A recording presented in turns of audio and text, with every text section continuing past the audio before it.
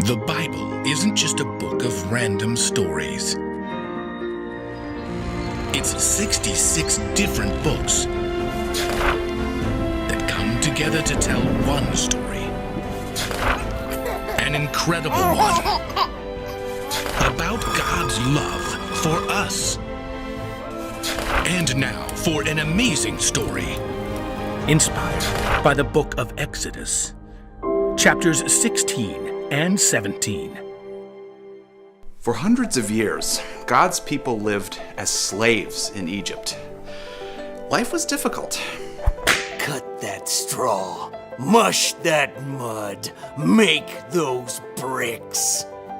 And of course, the Egyptians wanted their slaves to be strong, so they made sure the Israelites always had plenty of food. Eat. Onions and crocodile? You got a problem with that? Got a bit of a bite to it. Back to those bricks. God's people cried out for help, and God led them out of slavery. Freedom! And into the desert. Wait, what? Sand makes me break out in hives. What are we gonna eat? I have agoraphobia. Fear of Angora cats? Fear of the outside. The Israelites crowded around their leader Moses and his brother Aaron and brought along all their complaints.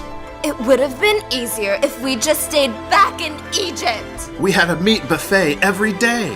You brought us into the sand trap to die. God had kept the Israelites safe when he rescued them from Pharaoh's entire army in Egypt, yet they didn't trust that God would be able to give them what they needed now. Moses poured out his frustration to God. What do I do? They're whining about everything they had in Egypt. God spoke to Moses, who called together the people, and Moses and his brother Aaron shared God's words with everyone. Come to the Lord. He's heard you speaking against him. He knows how unhappy you are. You can say that again. As Aaron spoke, the glory of the Lord appeared as a cloud, hovering above the desert. Whoa! Is that like God? I want to go inside. God says, when the sun goes down, you will eat meat. In the morning, you will be filled with bread. Then you will know that I am the Lord your God. Well, the sun's setting, but I don't see any onions and crocodile. Soup of the day still looks like sand stew. Birds, they're after me. Wait, are those quail? Hide me. Now hold on. I bet they taste like chicken. That evening, the Israelites had all the meat they could eat. And in the morning, they woke to something new on the ground. Thin white flakes that looked like frost. I wonder what this is. Bread? Wonder bread. Basically the only thing I'm not allergic to. Moses called out to the people. It's the bread the Lord has given you to eat. Gather as much as you need for the day. Each morning, the bread, called manna, appeared again, and every evening the quail returned.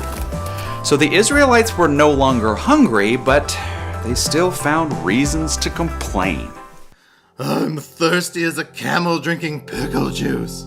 Where's a bottle of hermetically sealed, ultra-filtered, mineral-enhanced spring water when you need it? Once again, the Israelites crowded around Moses. Why did you bring us out here?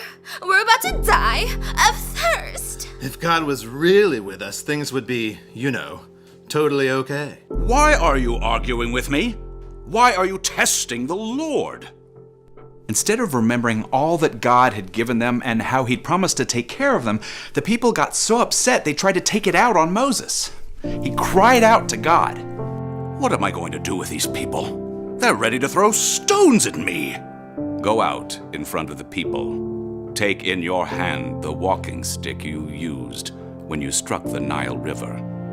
I will stand there in front of you by the rock at Mount Horeb. Hit the rock. Then water will come out of it for the people to drink. So Moses did as God commanded. And even though the people continued to whine, God gave them water to drink. Water? Well, that's nice, I guess, but I really miss coffee. God was continually giving the Israelites what they needed when they needed it. But they were so focused on everything they'd had in Egypt, they were missing out on what God was providing for them each day in the wilderness.